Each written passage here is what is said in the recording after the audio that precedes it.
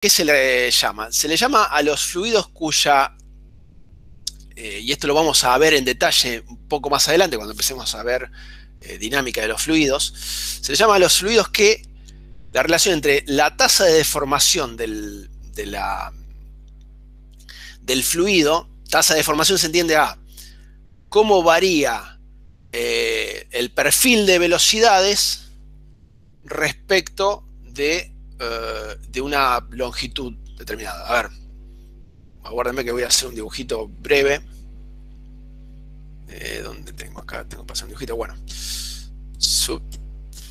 bueno, me quedó una cosa espantosa. A ver, esto lo uso a veces para dibujar. Está más o menos bueno para dar clases. Supónganse que ustedes tienen, bueno, un caño, digamos un conducto donde hay un fluido. Entonces, en ese fluido tienen, en cada punto, las partículas tienen velocidades, ¿no? O sea, esto está todo inmerso, todo un fluido dentro de ese conducto. Entonces, si por algún efecto determinado, vinculado en general con el rozamiento, las partículas de fluido que se desplazan tienen una variación de velocidades, por ejemplo, si tomamos los ejes X en la horizontal e Y en la vertical,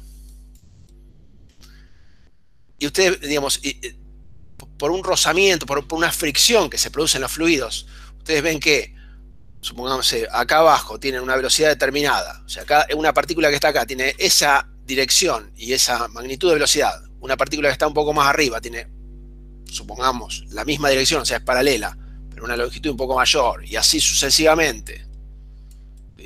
Los estoy induciendo a plantear que, por ejemplo, en esta condición, ustedes tendrían que la velocidad, si trazan un eje Y, justo ahí donde están tomando las partículas, vamos a trazarlo más cerca, por acá, que las partículas tienen, por ejemplo, una variación de la velocidad de esta característica. ¿Se ve? Es decir, que la velocidad, supónganse que la componente en X de la velocidad le llamamos U. ¿Hasta ahí me siguen? Háganme un comentario, díganme sí, no, hola, ¿qué tal? Porque no sé si Claro, yo lo que había entendido era que, o sea, el esfuerzo de corte era proporcional a la razón de cambio de la velocidad, o sea, y el valor ese constante ahí era la viscosidad, pero no sabía si directamente lo podía relacionar con esto, con que la forma en la que varía la velocidad dentro de un tubo era también lineal. Lineal, bueno, suponete, cualquiera sea la forma, no importa, no estamos sacando la relación. Lo que te está diciendo es que esa variación de la velocidad, en este caso, va a tener que ver, justamente, es algo biónico, el efecto viscoso, el efecto de rozamiento, en realidad lo que te produce es una fricción entre las partículas, un esfuerzo de corte. Entonces, ¿se entiende eso? O sea, las partículas, cada pelotita, suponete, de fluido, cada partícula de fluido, va a rozar con la que tiene arriba o al lado, cada una tiene su velocidad, siempre, es decir, una va a rozar con respecto a la otra, y ese rozamiento entre partículas, y ese rozamiento ¿por qué se da? Si dos partículas tienen velocidades diferentes, suponete esta versus esta, dos velocidades diferentes, es decir, hay una velocidad relativa, se produce un deslizamiento, en definitiva, un rozamiento. Entonces, ese deslizamiento que produce el rozamiento, lo llamamos tau de corte, y ese tau de corte, ¿con qué tiene que ver? No tiene que ver como en el caso de los sólidos, acuérdense un sólido, bueno, me quedó una cosa espantosa, supónganse que esto es un prisma, un rectángulo. Si a un sólido ustedes le aplican una fuerza de cizalladura, de tau, de corte, lo que van a ver es que ese sólido, que originalmente de una forma parecida, bueno, no a eso, sino parecida a un rectángulo, ahora se transforma en un paralelepípedo todo estirado. Esta deformación, en definitiva, produce un esfuerzo, o el esfuerzo produce la deformación. Entonces, en el fluido no tienen una deformación de la geometría del sólido, porque no hay sólido, es un fluido que se adapta a la geometría que lo contiene. Ahora, ¿dónde aparece la fuerza? Aparece la fuerza cuando hay un movimiento relativo entre las partículas, en realidad cuando hay una velocidad relativa entre las partículas. Entonces esa fuerza o ese esfuerzo de corte no tiene que ver con la deformación de la geometría del sólido, sino con cómo varía el perfil de velocidades, es decir, cómo son esas velocidades respecto, por ejemplo, de una dirección dada, suponete en el caso I. Profe, pero esa diferencia de velocidades se da por el rozamiento en las paredes del tubo donde conduce el sólido, el líquido, perdón. Claro, se da esa variación de velocidades, esa diferencia sí, entre distintas velocidades del campo de flujo, se da por efectos de rozamiento, por efectos del corte viscoso. O sea, el rozamiento, el freno que produce el contacto, por ejemplo, contra las paredes, los bordes del tubo, hace que algunas partículas se frenen, esas a su vez frenen a las que están cerca, que se desplazan con alguna velocidad, y a su vez frenan a las que están arriba, y así sucesivamente. Entonces, las que están bien pegadas, en general, tenderán a adquirir la velocidad de la superficie, que si el caño está quieto, se quedan quietas. O sea, las pegaditas a la superficie se quedan quietas. Las que están inmediatamente arriba estarán a una velocidad un poquito mayor que quieta, casi quieta. Y así sucesivamente, a medida que vamos subiendo, las velocidades van aumentando. Entonces, y suponiendo que no hay fricción, ¿sería todo igual el perfil? No habría fuerzas, no habría esfuerzos. Es decir, no habría esfuerzos viscosos. Si yo no tuviese efectos de fricción, tranquilamente podría tener un perfil uniforme, todas van a la misma velocidad. O podría tener corrientes que viajan a una velocidad y corrientes que viajan a otra.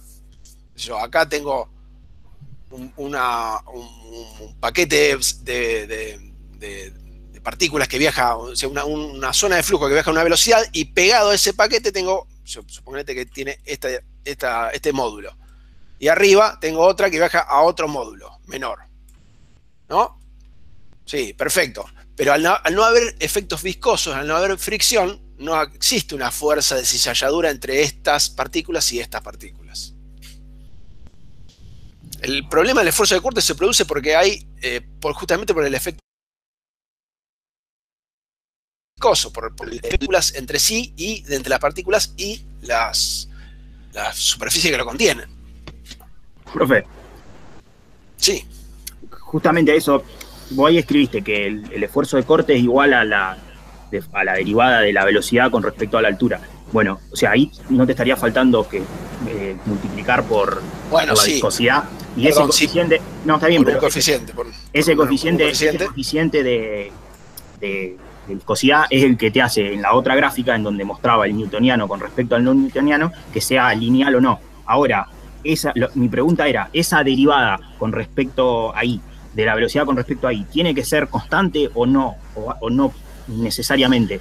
Entonces el perfil ese que dibujaste ahí no tendría por qué variar linealmente. Eso es lo que no me doy cuenta matemáticamente si debería ser así o no. No, lo del perfil tiene que ver con otra cuestión, no tanto con eso. Podría no ser lineal, digamos, no ser lineal. Y el fluido es newtoniano.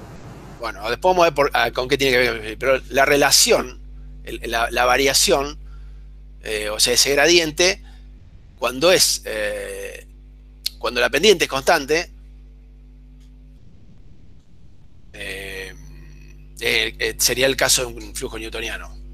Cuando tienen una variación determinada en un rango y otra variación en otro rango, tienen estas características de pseudoplásticos o dilatantes. Pero no tiene que ver. A ver, ¿por qué? Porque en realidad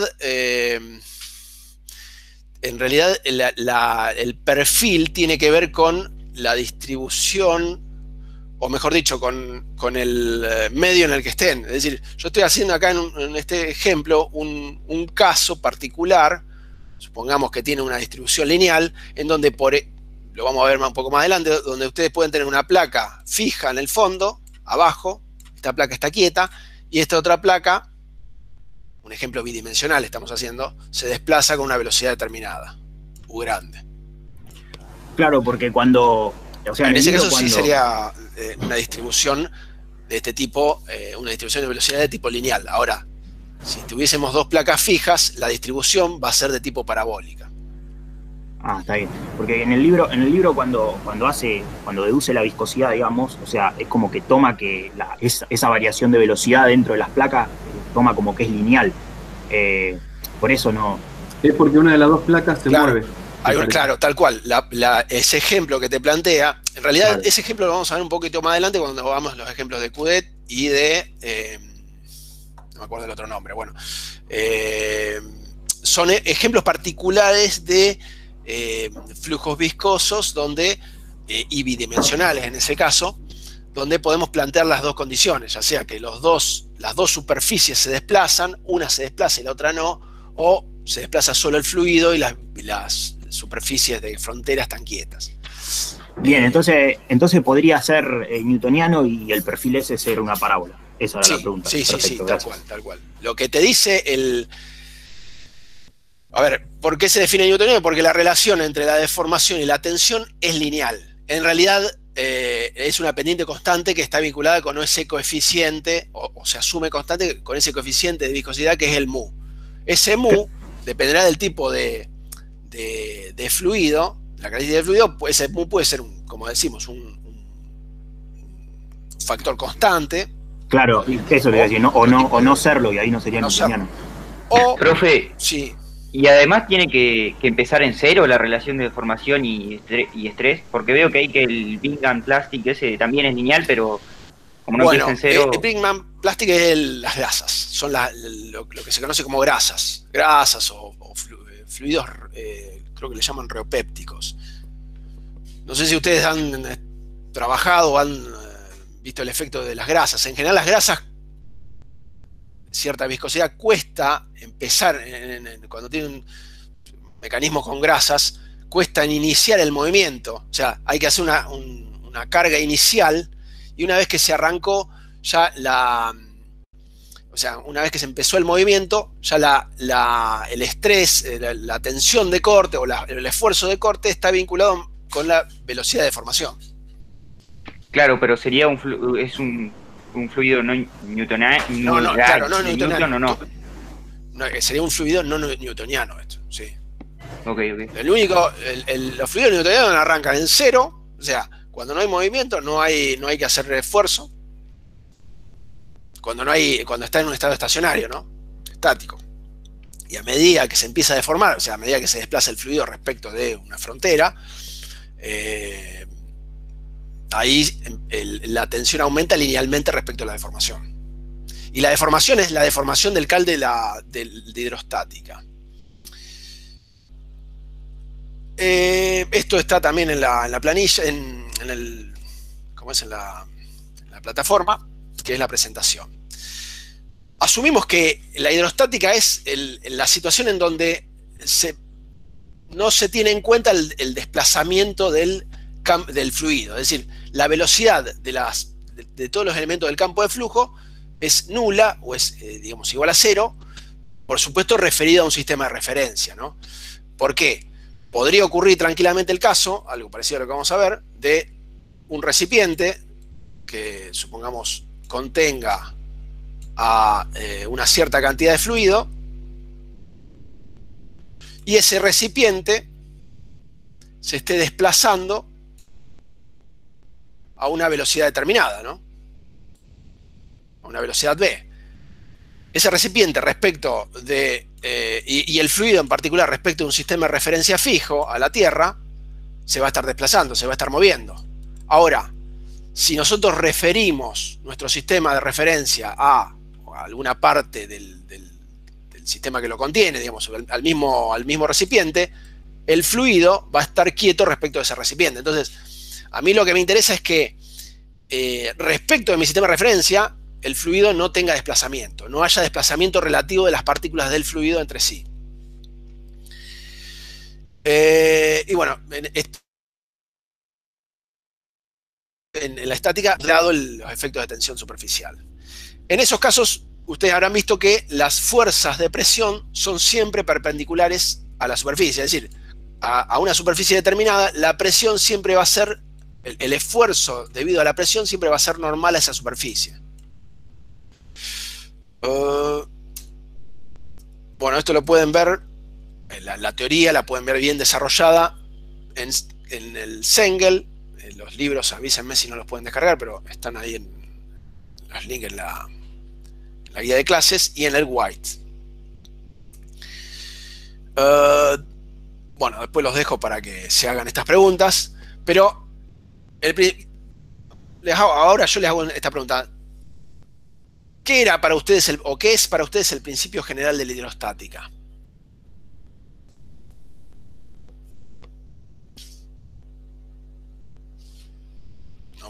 No tengo respuestas. Asumo que no entienden nada o que entienden y no quieren hablar. Profe, creo que tenía que ver con que una presión, digamos, en una profundidad mayor es igual a la presión en un punto de referencia más la gravedad, la altura y la densidad. Bien, estás bien orientado. Básicamente, claro, el peso de la columna de agua que está sobre ese punto. Claro. Eso que dicen ustedes es básicamente... En realidad no era que al mismo, o sea, un punto en el mismo plano va a tener la misma presión. Digamos, a la misma altura. A la misma altura, claro, al mismo nivel, supongamos este caso, al mismo nivel, al mismo... Dentro del fluido conectado, algo así. Claro, al mismo, en este caso, eje Y, vamos a tener... Todos los puntos que estén a ese nivel van a tener van a estar soportando la misma presión. Y eso es válido, es entendible, siempre y cuando hablemos o tengamos bien definido la dirección de la aceleración a la que está sometido ese fluido. Acá en este ejemplo, el clásico ejemplo de la porción de fluido, un prisma elemental, que en este caso está sometido solamente a los efectos gravitatorios, a la aceleración de la gravedad. Entonces, en ese caso, como bien dijeron, para un mismo nivel, para un mismo I, es decir, la aceleración de la gravedad va a tener una dirección coincidente con, en este caso, el eje Y, con lo cual, a cada nivel I, a cada altura determinada, voy a tener que sobre ese fluido, sobre ese punto, voy a estar soportando la presión que ejerce toda la columna que tiene sobre sí. Toda esta columna. Más, supongamos que este es una porción de fluido, esta porción de fluido ejercerá sobre ese punto una carga, más toda la carga que exista arriba de esto, ¿no? Si existiese algo. Entonces, un ejemplo, por ejemplo, un caso. Supónganse que tienen un recipiente, cilindro, donde tienen un fluido, supónganse agua, ¿no? Ese fluido está sometido a la aceleración de la gravedad, G. Este es el eje vertical, el I. Y esto es el eje X, por ejemplo. Y el Z. Como el dibujo. Bueno. En la parte superior, digamos, en la parte de arriba, tienen aire. Bien, a presión atmosférica. Supónganse que todo este aire, bien cerca del líquido, está a una presión equivalente a la atmosférica. P0 le pongo. Entonces yo les planteo lo siguiente. Yo quiero saber qué presión tengo en un punto por acá, a un H determinado, de la superficie libre del líquido. ¿Entienden qué es la superficie libre del líquido? Es la parte... Sí, arriba. Sí, la interfase del aire con el líquido. Tal cual, la interfase del aire con el líquido. Entonces yo les pregunto a ustedes, ¿a qué presión estará sometido este puntito que está ubicado a un H y a un X determinado? Pero ¿la manométrica o la barométrica? Contame vos. Y si te interesa saber la presión sin la presión atmosférica, sería la columna de agua, o sea, la altura de la columna de agua por la gravedad, por la densidad del líquido donde estés. La presión en el punto 1, lo estoy escribiendo acá, ¿no? Eso que está ahí, eso sería el punto que se llama 1. Va a ser igual a, me dijiste. Rho, o sea, la densidad del líquido. La densidad del líquido sí. por la altura de la columna, por la altura de la H, columna, por la gravedad. por la gravedad. Esto no, Y si te interesa saberle, sumarle, le puedes sumar la presión atmosférica más P0. más P0. Muy bien. ¿Se entiende esto? ¿El resto entiende? ¿Tiene alguna duda de qué significa esto? Se entiende, se entiende. Sí, está Bien. claro. Perfecto. Entonces, queda claro que la presión en un nivel determinado de líquido, siempre y cuando estemos hablando, o sea, conozcamos la dirección de la aceleración a la que está sometido ese líquido, va a ser la carga que tiene sobre sí ese líquido, que es, en este caso particular, todo el líquido que tiene sobre sí, ρ del líquido, ¿no? Por la altura del líquido que tiene sobre sí el punto este, por la gravedad, más, en este caso, la presión a la que está sometido la superficie libre del líquido. Es decir, este líquido va a estar afectada por la gravedad, en este caso, por la presión atmosférica, y toda esa superficie va a estar sometida a presión atmosférica. Si, por ejemplo, yo a esto lo metiese dentro de un recipiente cerrado, supónganse le hago el domo, y acá adentro le meto aire a una presión determinada, supongamos PA mayúscula le pongo, mayor que la presión atmosférica, la presión que tengo en este punto va a ser la carga de líquido más, no P0, sino la presión nueva, esta PA mayúscula. ¿Se ve eso? Sí, sí. Y les pregunto a ustedes, ¿influye la posición en las otras direcciones? Las distancias X, por ejemplo, o Z. No. Punto. No mientras No. en la misma altura. No mientras esté a la misma. O sea, influye sí el nivel, mejor dicho, influye la dirección coincidente con el eje, con la dirección de la aceleración. Si la aceleración en este caso fuese en esta dirección, ay, perdón, me quedó un espanto esto. Quiero decir, si ustedes tuviesen una dirección de aceleración, fuese una dirección oblicua, una dirección que tenga componentes en X, Y y Z, esta fuese la aceleración del objeto, en realidad yo no me tendría que preocupar por la distancia a la superficie libre, mejor dicho, la distancia en Y. Me tendría que preocupar por una distancia distinta, y ahora vamos a ver cuál es. Y suponiendo que tenés dos aceleraciones, ¿qué es el...? Dos aceleraciones, es decir, el módulo... una aceleración en X, por ejemplo, así, una aceleración en X y una aceleración G, como está ahí. Claro, sería la resultante la que vas a usar. Claro, la resultante a lo mejor puede ser esta. Y está buena tu pregunta y nos viene el pie para lo que viene ahora. Una cosa interesante es que nosotros asumimos que este recipiente en estado estacionario y sometido solamente al efecto de la gravedad tiene una superficie libre horizontal, es decir, perpendicular a la dirección de la gravedad. ¿Tienen idea de por qué puede ser eso? Y porque todos esos puntos están a la misma altura, entonces tienen toda la misma presión. Sí, o dicho de otra manera, claro, al estar todos sometidos a presión atmosféricas, todos tienden a acomodarse al mismo nivel. Está, perfecto. Con lo cual, si nosotros tuviésemos una aceleración adicional en otro eje, por ejemplo, un desplazamiento X, la posición de la superficie libre no va a ser la misma. Es decir, la inclinación no va a ser exactamente como esta, va a ser otra. ¿Se entiende? Sí, sí. Bien.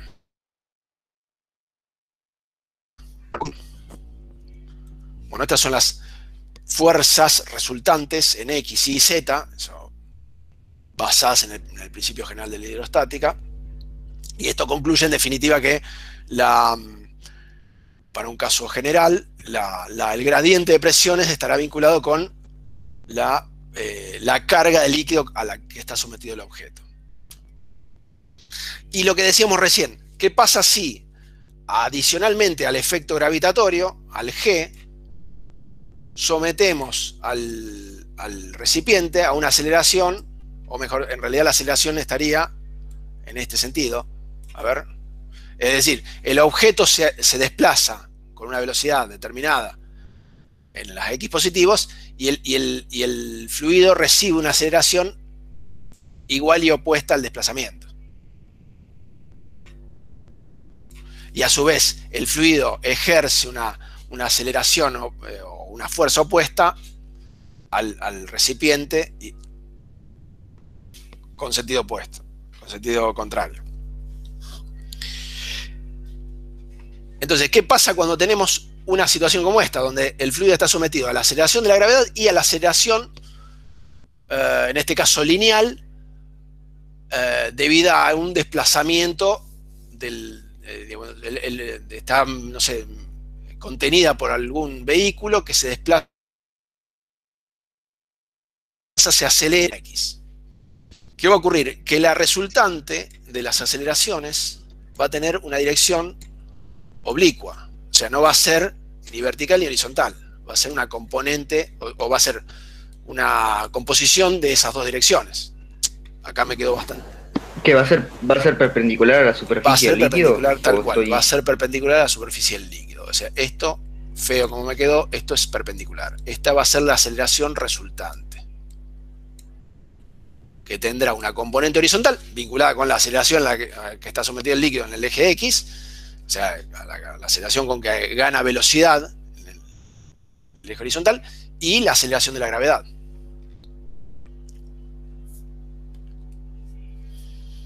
¿Se alcanza a ver eso? Sí, perfecto. Sí, profe. Entonces todos los planos que estén paralelos a la superficie en ese momento van a tener la misma presión. Todos los puntos correspondientes de ese plano. Muy bien planteado. Todos los puntos paralelos a esa superficie libre,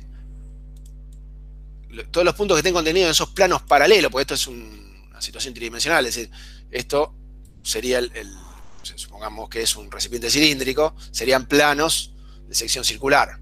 Entonces, todos los puntos que estén contenidos en esos planos paralelos al eje vertical van a estar sometidos a la misma presión. Entonces, en definitiva, la carga va a estar vinculada con la distancia al plano horizontal. ¿Qué quiero decir? Si yo me paro en este punto, no voy a tener en un punto acá, en este caso tenemos el eje Z, en un punto, en un Z1, acá Z1 y X1, no voy a tener la misma presión que en otro punto por acá, con X2 y Z2. ¿Por qué? Bueno, justamente porque este punto, respecto del plano que pasaba por el X1, va a estar en un punto inferior en este caso. O sea, en principio les diría que acá tenemos otra presión. ¿Cómo sería acá? ¿Mayor o menor que acá? Mayor, claro. ¿Por qué? Porque se encuentra a más distancia de la superficie. Claro, tengo mayor columna de agua de este lado que de este otro lado. Perdonen lo feo del dibujo, pero por ahí me falla un poco el pulso. No es tan fácil dibujar en esto. Ayuda, pero no es tan fácil. Entonces, ya ahí estamos viendo que si el objeto está sometido a una aceleración, en este caso una aceleración lineal, el perfil de la superficie libre de líquido va a ser distinto al caso estacionario puro, donde esté quieto respecto al marco de referencia general, y adicionalmente la distribución de presiones va a ser diferente. Y ahora, profe, una pregunta. Sí. ¿En ese caso sería solo por la columna de agua o también tendría que ver con que tiene más una columna para decir para la derecha, para el lado de la otra aceleración, que es mayor? No sé si me explico bien. A ver, contame, decímelo de vuelta. No, que vos dijiste que en ese punto la presión sería mayor que en un punto más a la derecha. O sea, en este punto de la derecha, de la izquierda, voy a tener mayor presión que suponiendo que están al mismo Z, ¿no? Que Z1 y Z2 son lo mismo, o sea que es todo el mismo nivel. De este lado voy a tener mayor presión que de este otro lado, sí. Perfecto, porque... Sí, bueno, vos dijiste ahí que es por la columna de agua que tiene arriba en el sentido de Z, pero no tendría que ver también con por decir una columna horizontal que tendría hacia la derecha en el sentido de X, creo que es el eje. Porque, no sé, podría lo pienso de pensarse de esa manera también, sí. Podría, o sea, lo que vos decís es lo siguiente. Como tengo, por decir, más masa de la derecha haciéndome presión sobre la partícula de la izquierda. De alguna manera lo que vos decís es esto. Suponete que yo hago esta inclinación Bueno, esta sería la inclinación de la columna. Si yo me paro en un nivel determinado, bueno, me quedo medio feo. Este sería un Z, ¿no? Determinado. En este punto, si lo pensamos, está bien, solamente si lo pensamos desde el punto de vista de la aceleración X a X, esto en definitiva es una composición de una combinación de esfuerzos. Por el efecto de la gravedad, este nivel es el mismo que este, ¿no? Es decir, la presión en cada punto va a estar vinculada con alguna función de G más, lo estoy escribiendo de manera genérica, una función, en este caso de AX. ¿Se entiende? Entonces, por el efecto del nivel, por el efecto de la gravedad G, van a estar los dos al mismo nivel. Ahora, por el efecto de la aceleración en X, en realidad lo que vos estás diciendo es lo siguiente. Todo el líquido que tengo antes, este líquido que tengo acá, todo este líquido va a aportar a este punto, va a generar una carga a este punto vinculada con el nivel o esta distancia de líquido, esta profundidad de líquido que tengo antes que él. Ahora, al punto que está acá atrás, lo va a afectar todo este nivel. A ver, voy a tratar de dibujarlo con otro color. Todo este nivel de líquido. Esto más, perdón, ¿no? Este pedacito que afectaba al primer punto, más todo este volumen de líquido, que en definitiva termina siendo el equivalente a un nivel de líquido en el eje X. Todo este volumen de líquido que pesa sobre este punto, pero afectado por la aceleración X, no por la gravedad. La gravedad lo afecta a los dos de la misma manera, porque tiene esta dirección. ¿Alguien entendieron? ¿Los confundió? Sí, era eso lo que quería preguntar. Gracias.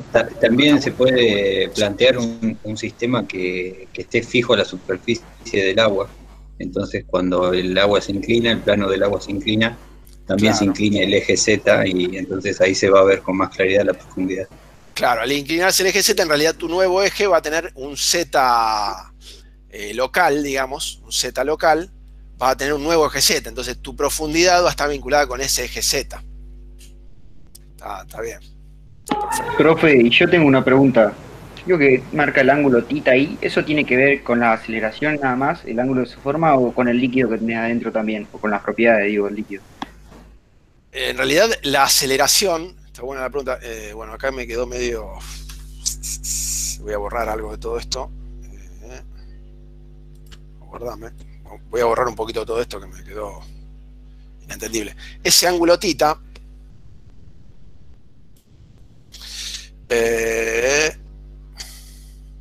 acá.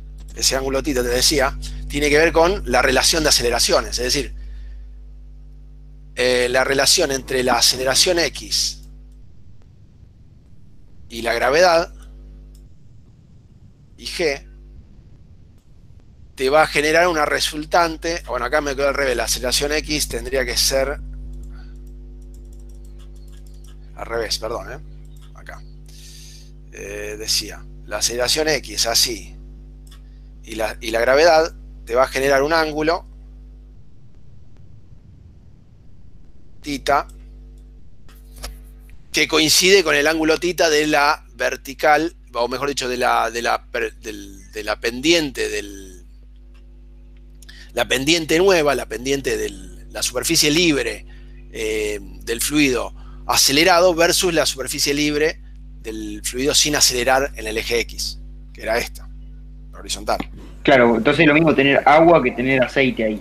Si vos acelerar no va a ser lo mismo, o sea, es la misma pendiente, no depende del, está buena la pregunta, no depende del fluido que estás transportando, depende de las aceleraciones a las que está sometido el fluido.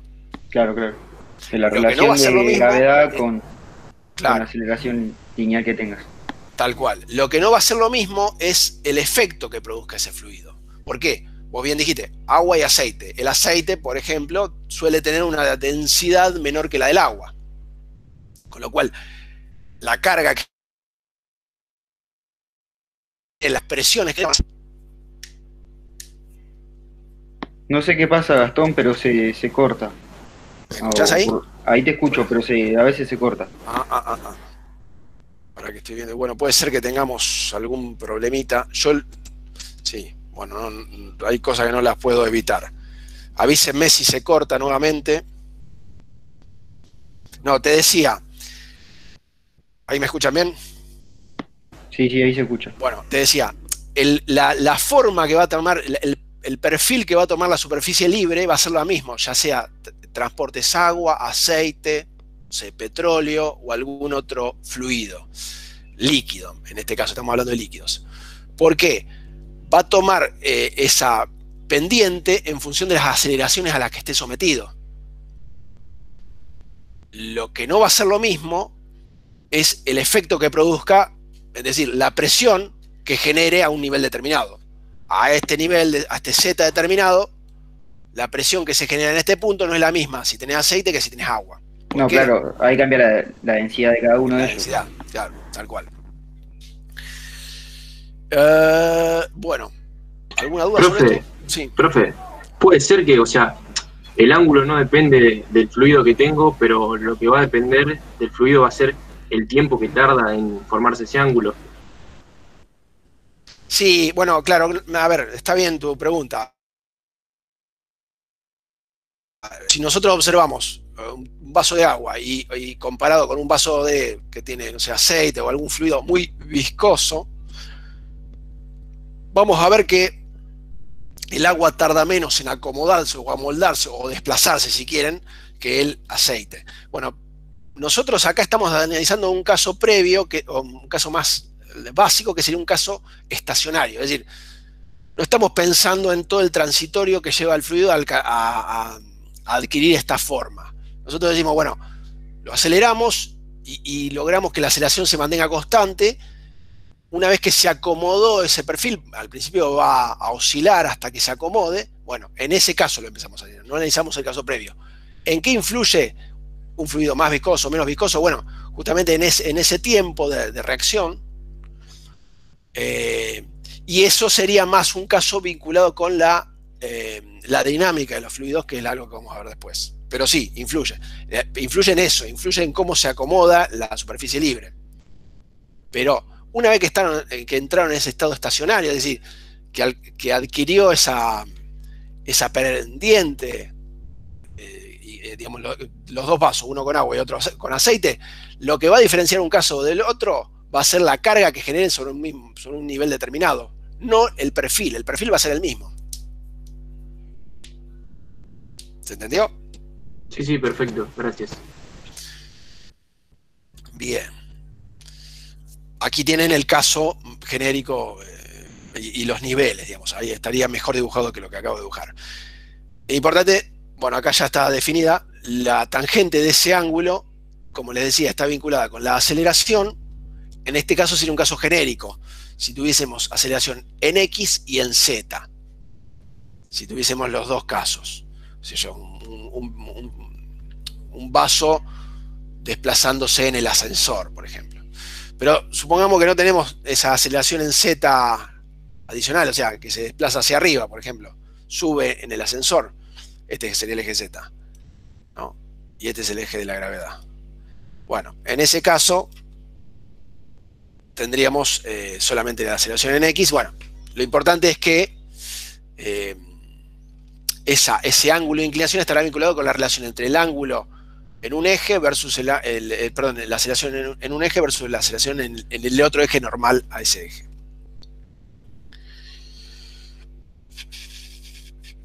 Y estos P1 y P2, P3 son los planos de isopresión, donde las presiones son las mismas. Donde la presión es la misma en todo ese plano. Otro caso puede ser el de, no sé si alcanza a distinguir esto, el mismo recipiente, pero en vez de desplazarse en una aceleración paralela a los ejes, se rota respecto de un eje del mismo recipiente. No sé si ustedes han hecho el ejemplo, el caso, eso se llama rotación inducida. O sea, ustedes hacen rotar el fluido dentro de un recipiente, puede ser una centrífuga, ¿no? Y lo que observan, después de que se alcanzó una velocidad determinada de rotación, supónganse un omega constante, una velocidad de rotación omega constante, es que el fluido se desplaza como si fuese un sólido. Al principio, hasta que se alcanza ese régimen estacionario, donde el fluido se desplaza como sólido, va a haber movimiento relativo, ¿no? Ahí va a aparecer el efecto viscoso. En la primera etapa, el cilindro se va a desplazar y el fluido va a tender a quedar quietito. Entonces va a haber un efecto de torque entre el fluido y el recipiente, o sea, va a haber un cizallamiento. Hasta que el fluido se enganche, digamos, con la rotación del recipiente y rote también a una velocidad omega. En ese caso, la superficie libre del líquido va a adquirir esta forma parabólica. ¿Se ubican por qué puede ocurrir eso?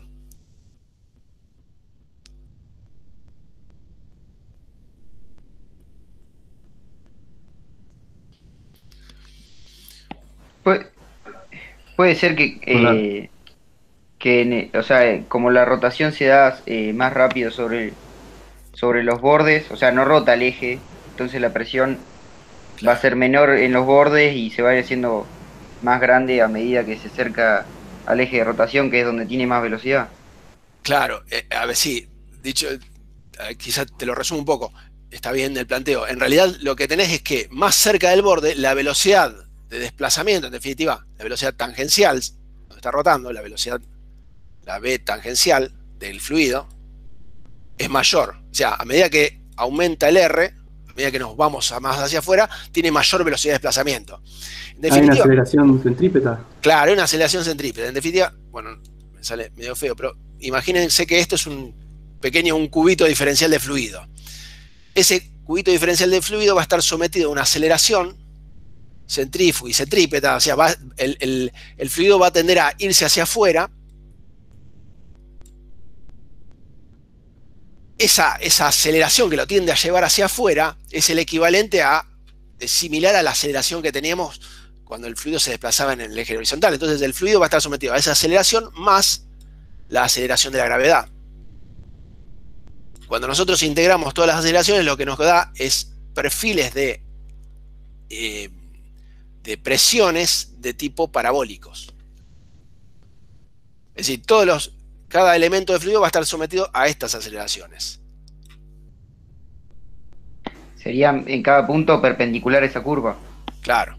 ¿Y qué pasa? Justamente esa aceleración centrípeta tendrá que ver con la distancia al eje de referencia. Acá adentro voy a tener menos aceleración centrípeta que acá afuera. Acá afuera va a ser máxima. Por eso el fluido va a tender a subir más y para un mismo nivel, para un mismo Z, en este lugar yo voy a tener mayor carga que en este otro lugar. O sea, en el centro de un fluido rotando voy a tener, digamos, en el centro quiero decir, en un punto coincidente con el eje de rotación del fluido, voy a tener menor carga que en un punto extremo. Pero pará, si van sobre la misma línea esa parabólica, ¿no deberían tener la misma presión? Si van sobre la misma línea. Es decir, si yo me muevo entre esta línea, entre este punto y este punto de acá, de la misma línea. Pero si yo me muevo en un punto, digamos, en planos coincidente con el eje, en este caso que sería el eje Z. Claro, bueno, pero ahí ya podemos aplicar por la altura de la columna. Digo, la diferencia de altura que se produce en la parábola esa tiene que ver con la aceleración centrípeta o centrífuga. Tal cual. Bien. Okay. Sí, así es, así es. Profe. Sí. Porque ahí, o sea, está bien, el sistema de referencia lo ponés donde más te conviene, pero en realidad cuando haces el cálculo siempre la altura es perpendicular a la superficie donde la presión es igual. ¿O no? Repetime porque justo me distraje con otra cosa. No hay problema. Que cuando haces el cálculo, o sea, la columna de líquido es con respecto a la línea perpendicular a las líneas de presión constante, ¿no? Claro. Porque nosotros estamos comparando, digamos, con respecto al eje Z, pero en realidad cuando lo vas a calcular tendrías que tener las dos componentes y calcular la distancia perpendicular. Tal cual, tal cual. Uno tiene que, para comparar dos puntos, digamos, para definir dos puntos de igual presión, te tenés que mover dentro de una de esas líneas, en realidad serían superficies parabólicas o paraboloides. En este caso, paraboloides de revolución. De estos paraboloides. Está bien. El ejemplo era para que ustedes lo vean, para compararlo con el caso estacionario, de un fluido en estado estacionario. Es decir, si el mismo recipiente vos lo frenás, bueno, me quedó medio feo, lo dejás quietito, para un nivel determinado, para este nivel, acá y acá voy a tener la misma presión. Pero en este lugar, en este nivel, no voy a tener, dentro del cilindro rotando, en esos puntos, al mismo nivel Z, a la misma distancia del fondo, ponele, no voy a tener la misma presión. Eso quería decir. Sí, perfecto, entiendo. Claro, perfecto. Sí. Después cuando vas a calcular tenés que sacar el módulo, pero de la línea perpendicular. Está bien. Bien. Bueno, estos dos ejemplos, tanto del cilindro rotando como de un recipiente desplazándose, están desarrollados en el foro. Eso, véanlo, vean el ejemplo y los invito a que planteen dudas y observaciones en el foro. Así vamos ganando tiempo. Bueno, acá está el ejemplo general. ¿Qué pasa, digamos, en un caso como este? En un caso como este hay algo interesante que es que, por ejemplo, la superficie, supongamos este cilindro, este recipiente que se está acelerando con aceleración a Z, horizontal, digo.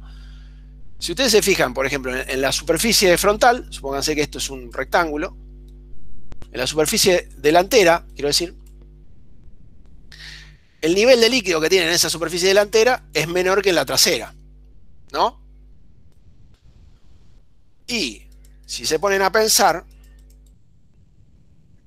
la carga a la que está sometida esta superficie trasera es distinta a la carga que tiene en la superficie delantera.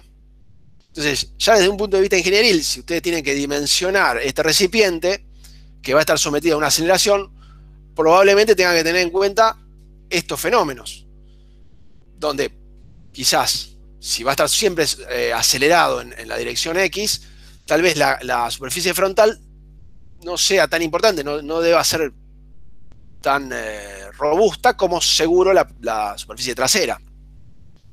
O tal vez pueda servir esto para dimensionar la estructura en general en caso de aceleraciones, frenados. Y ahora quiero ir a lo que viene. ¿Qué pasa? En un caso como este, ¿cómo sería la fuerza total a la que está sometida la superficie esta? O sea, si yo tengo que montar una estructura para soportar esta tapa, pues voy a tener que, por lo menos, conocer la fuerza que tengo que hacer para soportarla, ¿no? Sí, no va a estar sometido como a tracción y a compresión en un sentido. Suponete, olvidemos, pensemos solamente el efecto que va a producir el fluido de un solo lado. El efecto que va a producir el fluido de este lado a esta superficie va a estar vinculado con la carga que genere toda esta columna de líquido.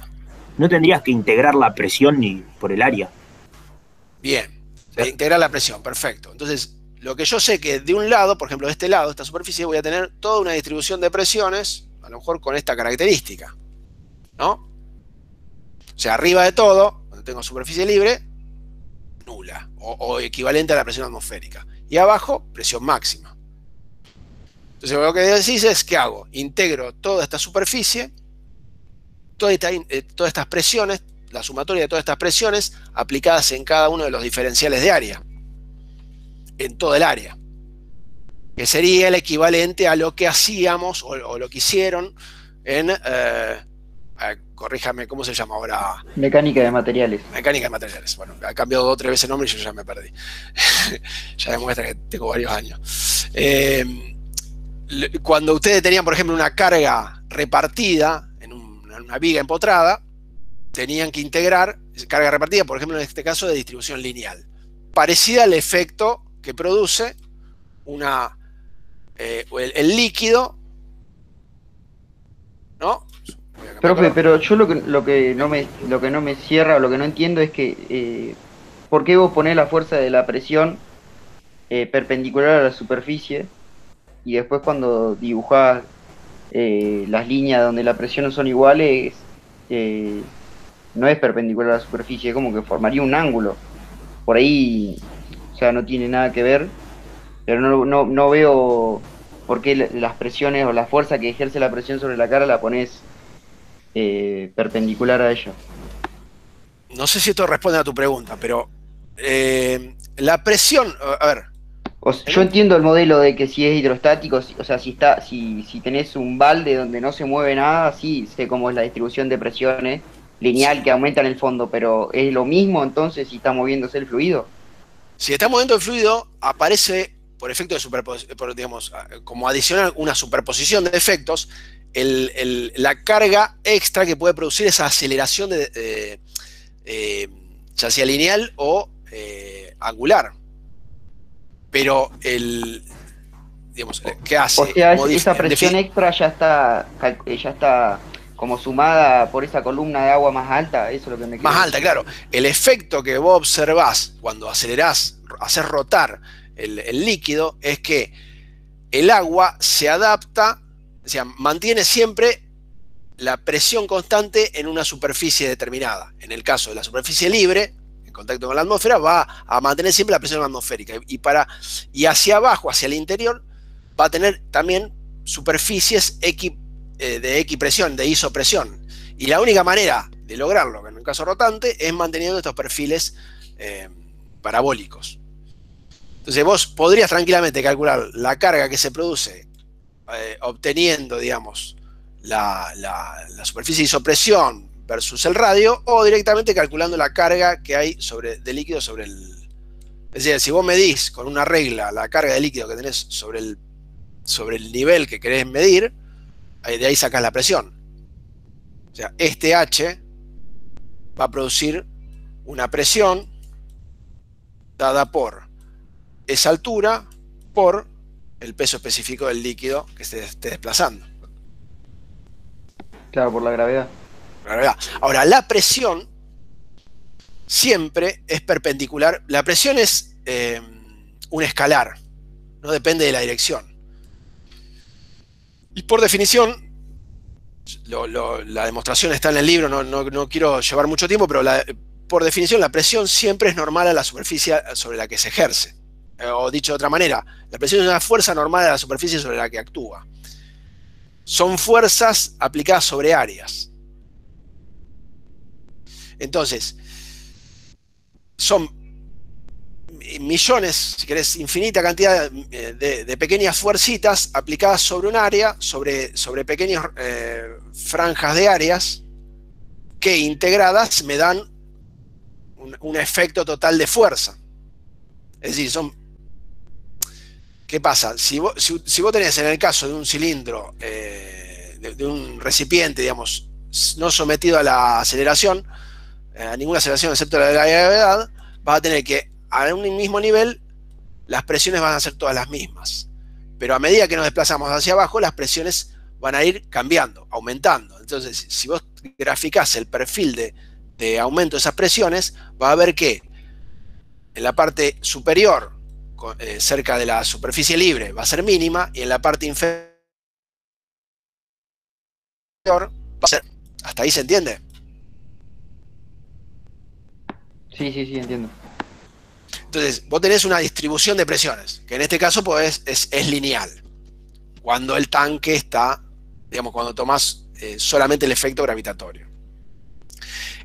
Esa distribución de presiones lineal equivale a algo parecido a lo que hacían con mecánica racional.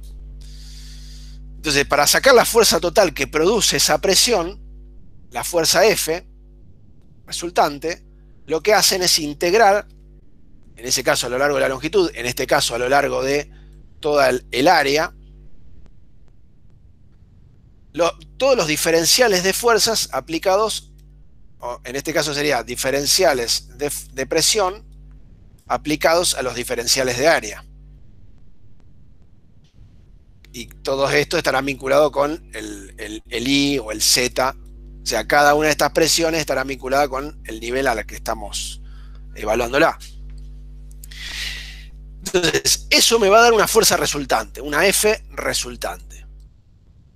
Es decir, la carga que produce una columna de líquido sobre una superficie me da una fuerza, la puedo equiparar a una fuerza resultante.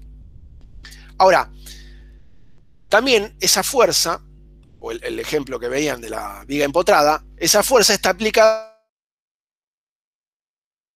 por ejemplo, de un punto de referencia, por ejemplo, del punto de empotramiento. Y esa fuerza aplicada a esa distancia determinada genera un momento. ¿No? ¿Entonces me siguen? Sí, sí, fuerza por distancia. Fuerza por distancia. Entonces, en realidad, cuando lo que hacemos cuando analizamos fuerzas sobre superficies sumergidas, superficies sumergidas dentro de líquidos o de fluidos, lo que hacemos es analizar tanto la fuerza resultante que equipara a la carga esa de líquido sobre la que está sometida la superficie, y adicionalmente el efecto que produce esa fuerza resultante. Y ese efecto que produce esa fuerza resultante, dada por esa distribución de presiones, está dada por el momento que produce, por ejemplo, respecto de un punto determinado. Respecto de un punto que puede estar por acá, que puede ser un punto de rotación o un punto de interés. El torque o momento. Entonces, nosotros vamos a tener tanto una fuerza resultante como, decía, un momento. ¿Y qué me interesa del momento? Una distancia. Esta distancia. ¿No? Entonces, ahí vienen dos conceptos interesantes que son fuerza equivalente. Bueno, acá están las fuerzas, algunos tipos de fuerza. A ver si lo tengo por acá. Acá. Fuerza equivalente y distancia equivalente. Es decir, acá. La fuerza resultante que me produce una columna de líquido estará vinculada con, o puede ser representada por el peso de la columna de líquido aplicada al centro de gravedad de la superficie. Es decir, lo voy a dibujar acá. Supónganse una superficie de estas características, una tapa, que está sumergida, digamos, o que está dentro de un fluido, dentro de un recipiente determinado. Bueno, todo esto supónganse que es todo fluido, ¿no? Bueno, me quedó medio fulero. Algo así, ¿no? Bueno, a mí me interesa, vamos a dejarlo más lindo porque si no, no se va a entender nada. A mí me interesa, decía, supongamos, conocer cuál es la fuerza resultante que me genera toda esta columna de líquido, todo esto de líquido, que si yo miro la distribución de presiones va a tener esta forma, ¿no? Es decir, voy a tener una presión mínima en la parte superior, está sometido a la atmósfera, y máxima en la parte inferior. Entonces esto me va a generar una fuerza resultante, F. Esa fuerza resultante va a ser el equivalente a la carga de líquido aplicada sobre el centro de gravedad de la superficie.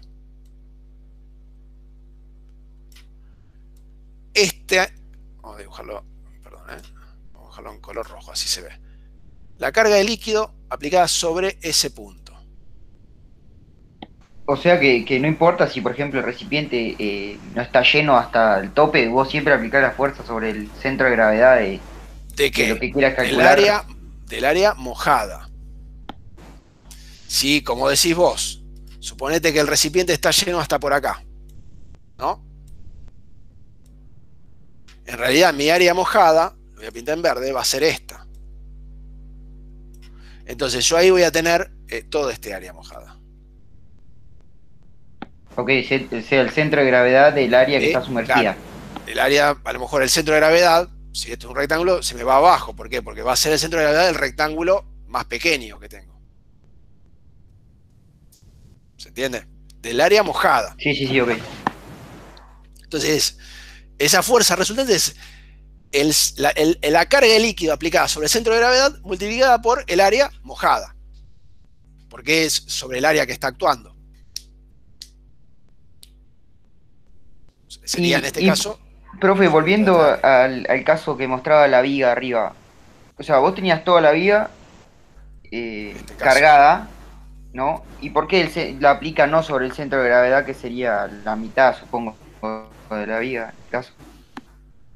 Sobre la superficie, que yo, sí, esta es una viga que parecería simétrica, rectangular. Si esta viga, si la miran de arriba, tiene una forma, no sé... Ok, bueno, suponiendo que esto es asimétrica y rectangular, pero ¿por qué la aplican más hacia la derecha? ¿O es solo ilustrativo? Bueno, en este caso... no, bueno, porque, pero claro, porque la presión arriba no es cero. Es claro, el centro de masa del triángulo que forma la distribución de fuerza. Claro. En el caso de un fluido donde la superficie, la parte superior está sometida a presión atmosférica, vos tenés que en la parte superior tenés presión nula, con lo cual el vértice inicial de este triángulo arranca en la parte superior. Okay. Sí, esto era cuando el nivel de líquido está acá. Si el nivel de líquido está por acá, tu triángulo en realidad es este, perdón. Así, es más chico. Esa es la fuerza resultante. Ahora, ¿dónde está aplicada? Voy a borrar un poco esto. ¿Dónde está aplicada? No coincide con ese punto. Va a estar aplicada en un punto que se llama centro de presiones, CP. De vuelta, no voy a hacer la demostración, eso está en el libro y en el apunte, pero ese centro de presiones estará, aguárdenme un segundo, estará ubicado, siempre que estamos hablando de fluidos sometidos solamente al efecto gravitatorio, ¿no? Estará ubicado, les decía, en un punto por debajo del centro de gravedad. O sea, no va a coincidir el centro de presiones con el centro de gravedad. Entonces yo podría reemplazar el efecto que me produce la columna de líquido sobre la superficie plana, curva, lo que sea, sobre la superficie, por una fuerza resultante que equivale a la presión o el peso, mejor dicho, ejercido por la columna de líquido sobre el centro de gravedad de esa superficie, o de la superficie mojada, y esa fuerza aplicada en el centro de presiones. Que como decía, el centro de presiones, ¿qué es? La distancia al centro de gravedad de mi referencia, en este caso superficie libre de líquido, más la inercia XX, recuérdenme cómo se llamaba eso, la inercia polar. Polar. Sí, la inercia polar, esa cuadrática. La inercia polar aplicada al centro de gravedad, dividido la distancia al centro de gravedad por el área de la superficie mojada.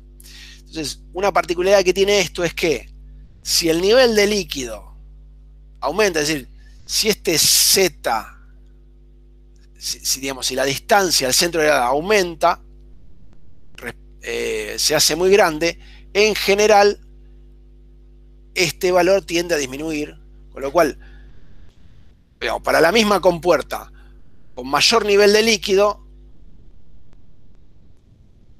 cuando tiene mayor nivel de líquido, son más próximos el centro de gravedad y el centro de presión. Hay menor distancia. Cuando el nivel de líquido baja, la distancia entre el centro de gravedad y el centro de presión tiende a bajar, tiende a aumentar, tiende a estar más por debajo el nivel del centro de presión que el del centro de gravedad. Es decir,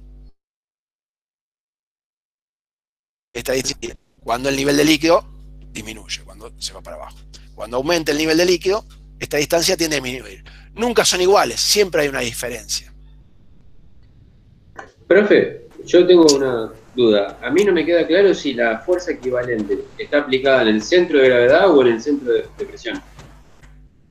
Yo tengo la misma duda. La fuerza equivalente, o sea, esto es un modelo. En realidad lo que ocurre es que en este caso la superficie está sumergida en líquido, ¿no? Entonces está sometida a una presión variable. En definitiva, aparece una fuerza resultante que tiende a empujarla hacia afuera.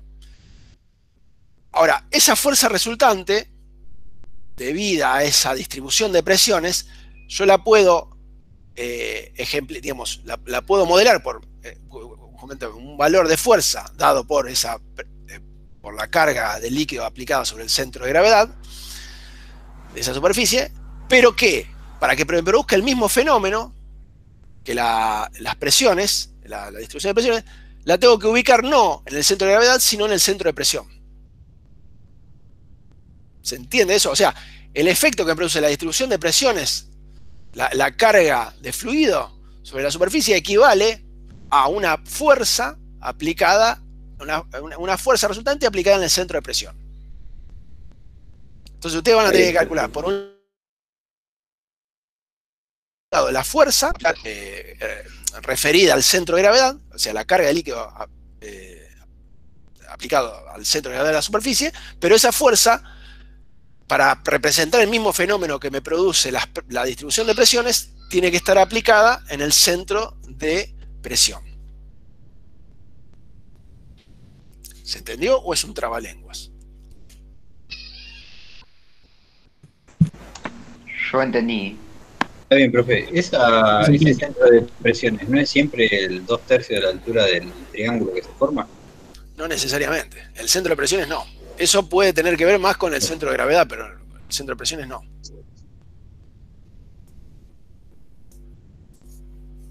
De hecho, te diría que no. Desde ya te aclaro que no, porque fíjate una cosa. A ver, el centro de gravedad claramente va a tener que ver con una cuestión geométrica del triángulo. Si fuese un triángulo, no del triángulo, digamos, de la superficie.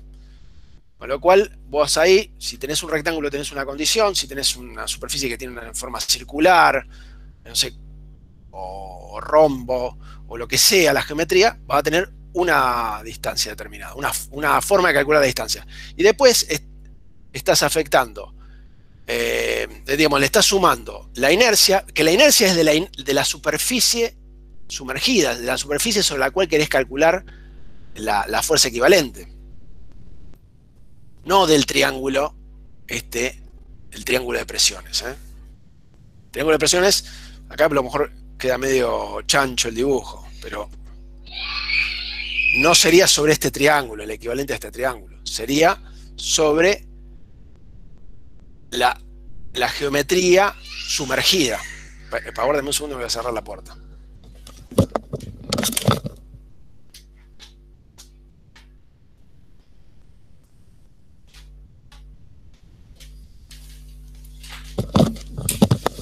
Bien.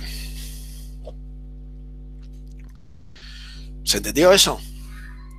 Sí, lo entendí, gracias. Un ejemplo que puede ser que lo tienen en la planilla. ¿Dónde está la planilla? Acá. La planilla. Bueno, fíjense que en la planilla hay varios ejemplos. Adicionalmente, nosotros, si se fijan en la guía de clases, les proponemos ejercicios que son tanto del Sengel como del Sengel-Simbala como del White, que yo les diría que los hagan. Y en la planilla ponemos algunos, no todos. Les decía, el ejemplo que estamos viendo, bueno, este es un caso genérico, también está en el White, creo. Esto lo vamos a ver la semana que viene. No lo encuentro, a ver. Tapón cilíndrico, tanques solidarios. Este ejemplo, acá tienen los datos. Yo lo que voy a hacer es trabajarlo de forma genérica, pero acá pueden laburar tranquilos y jugar con los valores. Les decía, ¿qué tenemos acá? Tenemos, que puede ser un caso típico en la industria, dos recipientes que contienen líquidos, un líquido 1 y un líquido 2. Cada uno tiene su nivel.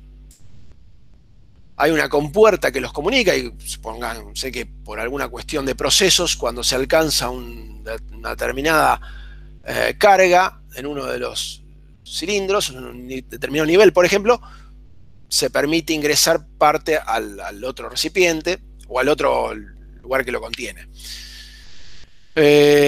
Fíjense una cosa, cada uno de los líquidos está sometido a su vez a una presión, que no necesariamente la presión atmosférica. Esto estaría, supongamos, a una presión Por ejemplo, puede ser una presión mayor que la atmosférica.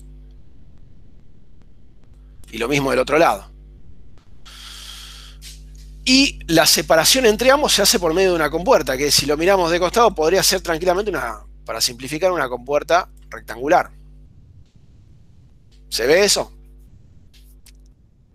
Claro, y cuando Sí.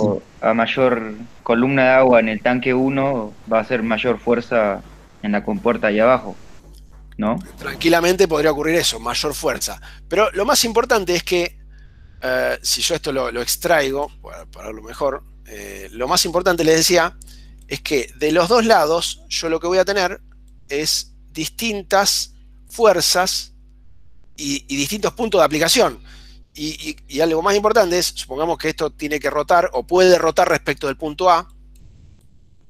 Yo voy a tener que el efecto que me produce el líquido 1 va a ser una fuerza resultante que va a estar aplicada, en un determinado centro de presión 1, F1 llamémosle, y en el otro, no sé dónde va a estar, pero qué sé yo, va a estar en algún lugar, yo lo pongo acá, pero podría ser en otro lugar, en otro punto, por acá, otro centro de presión, insisto, no sé si va a estar ahí, no tengo idea, hay que calcularlo. Y va a haber otra fuerza resultante, F2. Ahora, ¿cómo calculo F1 y F2? ¿Cómo se calcula esto?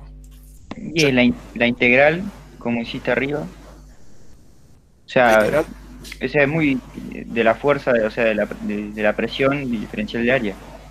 Diferencial de área. Y si no, vamos a ver dónde estaba esto. Acá. O directamente la carga de líquido aplicada sobre ¿qué? El centro de gravedad de la superficie sumergida. Que en este caso sería de este rectángulo. Suponete que esto es un cuadrado, de lado por lado.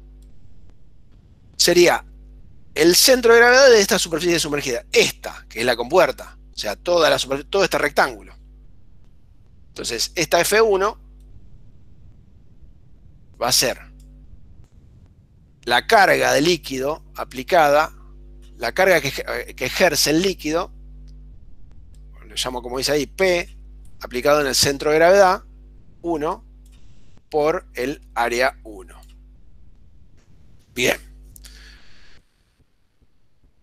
Ahora bien mi pregunta. O sea, esto equivale a la integral. Ahora bien, ¿cómo es esa presión ejercida por el líquido en el centro de gravedad 1? Que ponele que está justo en la mitad. Acá. Acá está el centro de gravedad. ¿No? Y suponete que es el mismo de los dos lados, porque si es la misma geometría y está sumergido de la misma manera, es lo mismo. Y es la presión 1 sumado a la presión que ejerce la columna de agua que está arriba. La presión 1, o sea, esta presión. Esa. Claro, entonces esto es presión 1. Ay, perdón, me taché todo. Que es la misma en todos lados, más la columna que ejerce Gamma 1. el fluido, claro, hasta acá. Claro, más H, centro de gravedad 1. Y digo 1 porque esa columna, esta distancia, no es la misma que esta. Por el peso específico 1. ¿Se entendió ahí? Sí, sí. Del otro lado tengo... Por el área. ¿Perdón? Multiplicado por el área, digo. Multiplicado por el área 1. Que es lo mismo en este caso, si es el mismo rectángulo, el mismo de los dos lados. Del otro lado voy a tener algo parecido. Me lo voy a buscar arriba. F2 va a ser igual a la carga aplicada sobre el centro de gravedad 2 por el área 2. O sea, en este caso, presión 2, me quedó ahí una R, parece. Presión 2, decía. Bueno, la quiero arreglar y la empeora. De más el H, centro de gravedad 2, o sea, la distancia del centro de gravedad 2, o sea, esta distancia, multiplicado por el peso específico del líquido 2. Todo esto multiplicado por área 2. Esto de acá sería H, centro de gravedad 2. Y esto dijimos sería H, centro de gravedad 1. Bien. Es decir, la presión a la que está sometida esta superficie libre más esto. Tranquilamente, esa presión, por ejemplo, la presión 1, podría reemplazar esa presión 1 por el efecto que produce por ejemplo, este gas sometido a presión en columna del líquido equivalente. O sea, yo podría reemplazar esta presión por cuánto tengo que sumar de este mismo líquido para generar esta misma presión. ¿Se ve eso? Sí, se ve, profe. ¿Qué pasa? Si esta presión fuese menor que la atmosférica, ¿cómo? Perdón. ¿Con qué objetivo? Es otro enfoque, o sea, llegan a la misma conclusión. O sea, ustedes pueden tener en cuenta la presión manométrica, o sea, miden con un manómetro la presión a la que está sometido, o el equivalente en columna de líquido. Este líquido, ¿por qué? Porque si lo referimos a una presión atmosférica genérica, entonces yo puedo reemplazar esta presión a la que está sometido por cuánto líquido tengo que agregar para que en la parte superior haya solo presión atmosférica. Entonces ahí les pasa algo particular. ¿Qué pasa si la presión aquí dentro en realidad es menor que la atmosférica? ¿Agrego o quito líquido? Quito líquido. Quito líquido. O sea, esta superficie libre en realidad tendría que bajar un cierto nivel para representarme esa altura, esa carga. Eso es lo que iba a preguntar, profe. Real que tiene. Sí. Suponiendo que P1 es una presión negativa, ¿estaría sacando carga? Estaríamos sacando carga, sí. Porque mi cero, en estos casos, en estos ejemplos, mi cero es una presión de referencia. La presión a la que están sometidos todos en el exterior, que en este caso sería la presión atmosférica. ¿Por qué? Porque, digamos, estos recipientes por afuera van a estar sometidos a presión atmosférica. Si yo saco el domo y equiparo esa presión generada aquí dentro, si yo, por ejemplo, tenía presión positiva, tengo que agregarle líquido para tener el mismo nivel de carga. Si tenía presión negativa, tengo que restarle líquido, sacarle líquido.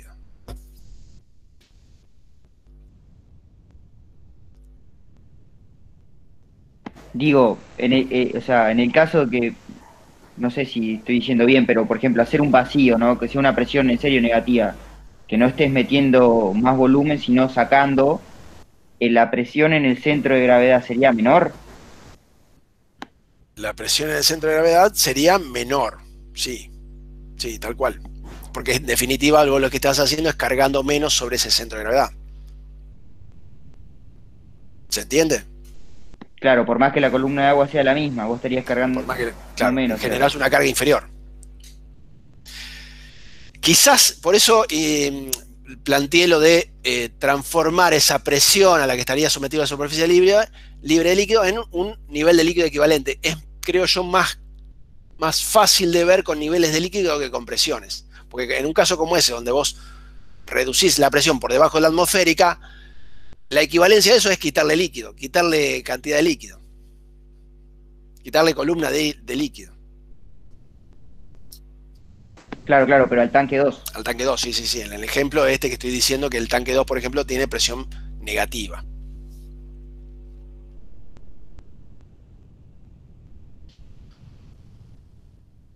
Profe. Sí. Perdón que vuelvo a preguntar medio lo mismo que antes, pero no me termina de cerrar. Si me aparece otra aceleración y la superficie ya no está horizontal, cualquiera de los dos, el H del centro de masa 1 o el 2, ¿lo sigo tomando en esa dirección o lo tomo en la dirección de la aceleración resultante? el H... Claro, no, es en la dirección de la aceleración resultante, tal cual. Sí. Si esto estuviese sometido a una aceleración en X, vos no tendrías, en realidad, esta superficie o la distancia hacia el centro de gravedad no sería respecto del eje vertical, sino sería respecto de la nueva superficie libre, que posiblemente estaría así, digamos, esta distancia. Claro, está bien. Me confundí porque, te lo había preguntado, pero después me confundí porque en otro ejemplo habías como tomado las distintas alturas sobre el mismo eje, pero no, está bien. Siempre sobre esa dirección, sobre la aceleración resultante. Oye. Esto es un caso, está bien tu pregunta, porque viene a pie para lo que iba a decir ahora. Esto es un caso particular de superficies sumergidas y las fuerzas a las que están sometidas las superficies sumergidas. Perdóname que quiero ver, voy a avanzar. ¿Qué sería este caso? Esto está en los dos libros, Sengel y White. Esta figura es particularmente sacada del White. ¿Y qué les quiero mostrar con esto? Supónganse que tienen una compuerta, o sea, piensen en esto como, no sé yo, un tanque que la superficie... Uy, me quedó espantoso. El borde, el fondo del tanque, una pileta, tiene una compuerta en cierto nivel, ¿no? Y después acá tiene esta forma. Imagínense en algo así. Entonces esa compuerta estará sometida a cargas y se abrirá o se mantendrá cerrada en función de la reacción que le hacemos. Cualquiera sea la forma que tiene esa superficie, digamos, esta superficie, si la proyectamos, estaría en un plano normal al eje genérico, digamos, XY. Bueno, me quedo ahí. Eso sería X e Y. Esa superficie, le decía, tendrá una carga repartida, una distribución de presiones que va a tener más o menos esta forma, ¿no? Abajo, en el fondo, tendrá mayor carga que en la parte superior, que en la parte más cercana a la superficie libre.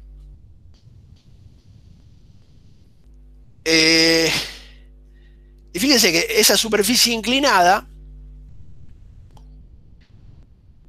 ahí ya se nos empieza a complicar la cosa, porque ahí se nos empieza a complicar. ¿En qué varía esto? Bueno, ahí estaría más vinculado con tu pregunta. En ese caso, mi superficie no es perpendicular a la superficie libre. Está, digamos, en un plano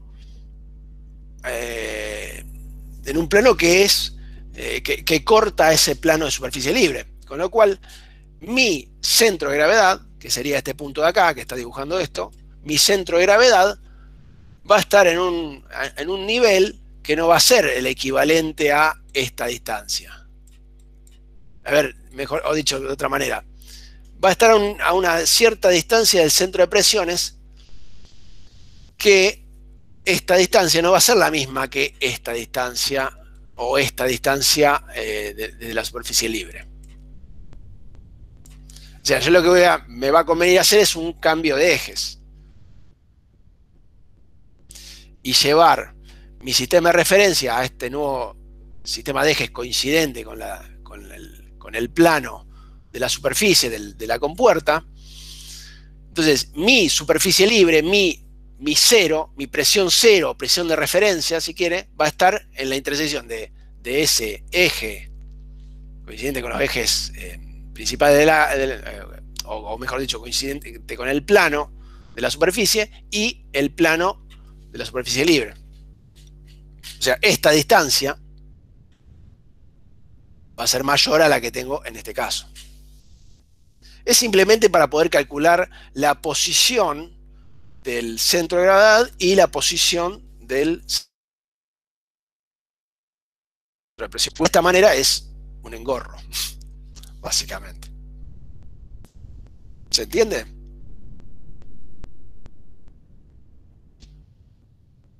Sí, profe. Esto es, digamos, sería un caso más genérico. Si nosotros esta superficie, en vez de tenerla así, la tenemos vertical, tenemos el caso de los tanques solidarios, esos tanques pegados.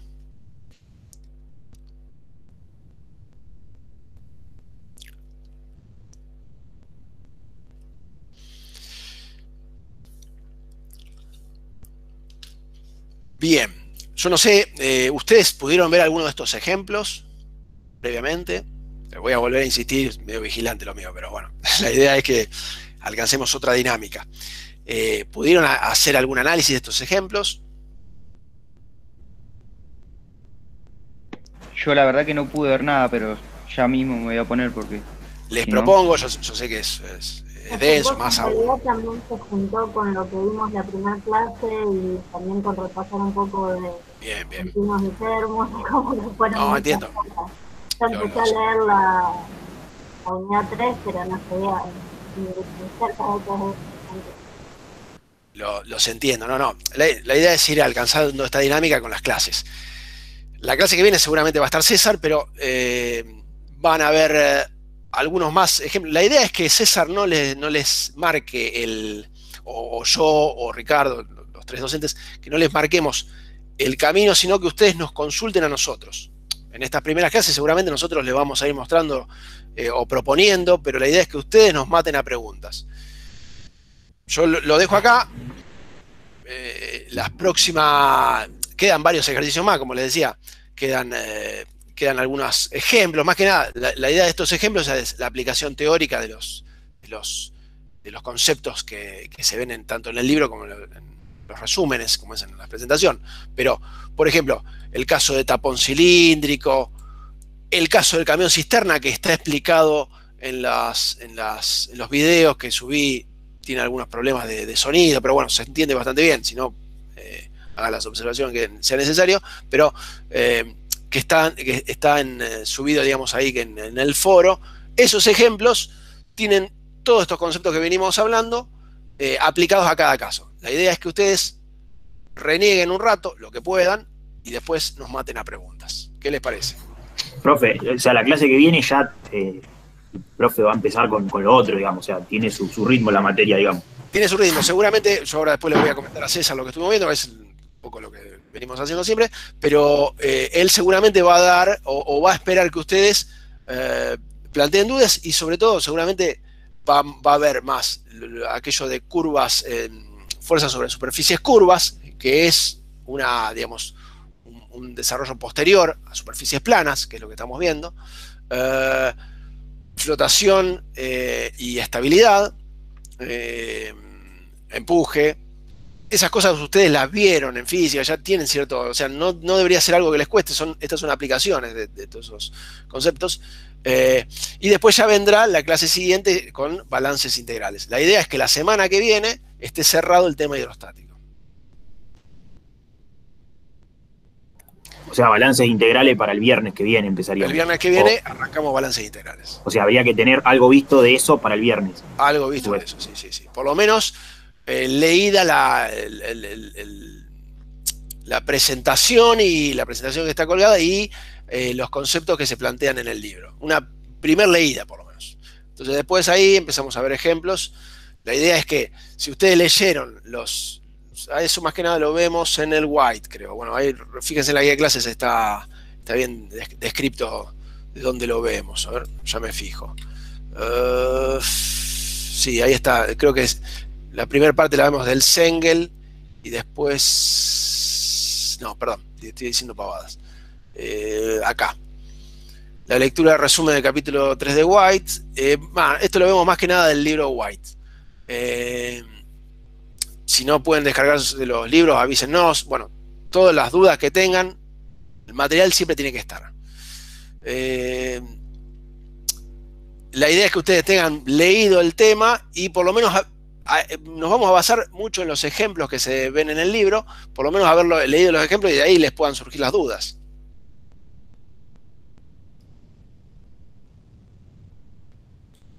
Bueno, profe, bárbaro. Bueno, los tengo al trote, pero bueno, ¿qué va a hacer?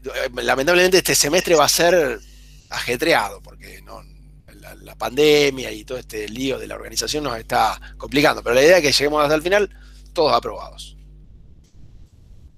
Y bien sufrido. Ojalá que sí. Sí, bien sufrido, la idea es que nos la pasen bien, nunca fue... Profe, no, de ningún profesor fue... Bueno, que la pasemos bien. Así, esa es la ley del gallinero. Profe, yo tengo una duda.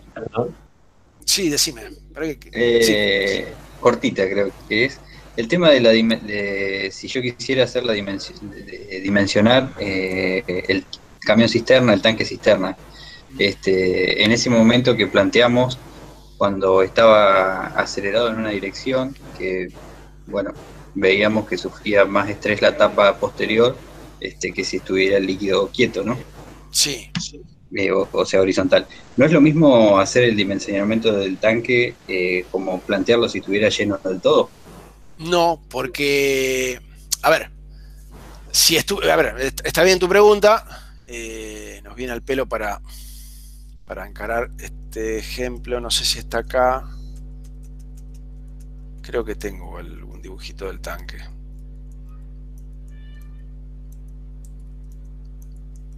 No, aguárdame, que encuentre dónde lo tengo esto. Ahí está. El ejemplo del tanque. ¿Qué pasa? Si el tanque estuviese sin tapa, o sea, si no tuviese tapa, suponete que tiene una determinada altura, tu límite, me va a venir el pelo mejor dibujarlo acá. Vamos a dibujar una hojita nueva. Decía, suponete que tenés un tanque con estas dimensiones, ¿no? Suponete que el nivel de líquido cuando el tanque está estacionario es no esta curva espantosa, sino una línea recta, horizontal, paralela al fondo. La gravedad está en este sentido. Cuando el camión se acelera, ¿qué va a pasar? El fondo va a alcanzar un nivel máximo y la parte frontal un nivel mínimo, ¿no? O sea, sería en este sentido. ¿Hasta ahí me van siguiendo? Sí, sí. El punto de pivote respecto a... Ahí me quedó medio feo, me va a estar en L sobre 2, en la mitad. Si esto no tuviese tapa. ¿El límite cuál va a ser? Y bueno, va a ser justamente cuando se alcance el nivel máximo del tanque, la altura máxima de las paredes del tanque. Cuando o sea, se va a dar para una aceleración determinada, para una aceleración máxima, manteniendo el líquido siempre, todo el volumen de líquido dentro del tanque. Cuando se supere esa aceleración, vamos a ir perdiendo líquido y por ende va a ir bajando el nivel del tanque. Entonces, suponiendo que nosotros llegamos a esa aceleración máxima, sin que se derrame líquido, donde la inclinación es tal que se alcance el nivel máximo de la superficie, bueno, en ese caso se produciría lo que vos decís. Podría dimensionar todo con el equivalente a el fluido llenando todo el tanque. ¿Se entiende? Sí, sí. Bueno, ahora, ¿qué pasa si, muy buena pregunta esa, si yo tengo un tanque cerrado, como puede ser tanque cisterna, que es como los que lleva combustible, cerrado, y que el nivel de líquido está justo sobre el borde, sobre la tapa superior, cargado hasta la manija? Te va a aparecer una fuerza en la tapa, digamos, si seguía acelerando. Claro, ahí el volumen es constante, no va a modificar su geometría el fluido, va a mantener siempre la misma geometría. ¿Por qué? Porque en principio asumimos incompresibilidad del fluido en esta etapa, y tiene sentido porque de por sí por ejemplo el lago o las naftas, para el tipo de fuerzas en juego prácticamente no modifica su geometría, es muy poco compresible. En todo caso puede deformarse la estructura que lo contiene, pero los valores de deformación son pequeños, hay poca variación de volumen, inferior al 1% total, o sea que es despreciable la variación de volumen. Ahora bien, ¿qué va a pasar? Lo que va a pasar es que, si supongamos que se acelera, como decimos acá, una aceleración en X, va a aparecer una especie de perfil equivalente, un perfil de carga. Es como si se agregase fluido digamos, como una superficie libre teórica, no es real, que genera la carga equivalente a la que habría si el líquido se pudiese desplazar libre, ¿no? El líquido está quieto igual, ahí. Pero ¿qué pasa? En la tapa voy a tener la carga original, toda esta carga, más la debida a la aceleración. Y ahí aparece la primera pregunta que me hizo, no me acuerdo quién fue, si yo podía ejemplificar el efecto de la aceleración como si fuese el efecto que produce la carga de líquido en ese eje, en esa dirección. La carga que produce una franja de fluido sobre un punto determinado. Entonces, fíjense, sobre este punto tengo este nivel de carga adicional en el eje horizontal, ¿no? Sobre este otro, un punto sobre la mitad, por ejemplo, tendré todo este nivel de carga adicional afectado por esta aceleración. Y sobre el fondo tendré todo el volumen, toda la longitud L aplicada sobre el fondo, afectada por esa aceleración. Es decir, se me agrega el equivalente a una carga que es toda esa masa de volumen, todo ese volumen de líquido afectado por esa aceleración horizontal. O sea, básicamente si tenés el tanque lleno y tapado es lo mismo. O sea, la fuerza esa que aparece por la aceleración aparece igual. Sí, aparece igual. Lo que pasa es que si está tapado, me agrega esa carga adicional a la carga original. O sea, si tengo el nivel del tanque coincidente con la tapa, tendré además una carga. O sea, en definitiva, ese fluido va a ser sobre la tapa una fuerza hacia arriba equivalente a este nivel, a esta fuerza. Ok, sobre la tapa lo va a hacer, sí. No sobre la pared. Y en definitiva termina siendo sobre la pared, porque es una... Ok, pero en tracción ya sería, ¿no? En tracción, okay. Pero, digamos, en la superficie, en la parte de arriba, y yo me fijo, si esta es la tapa, ¿no?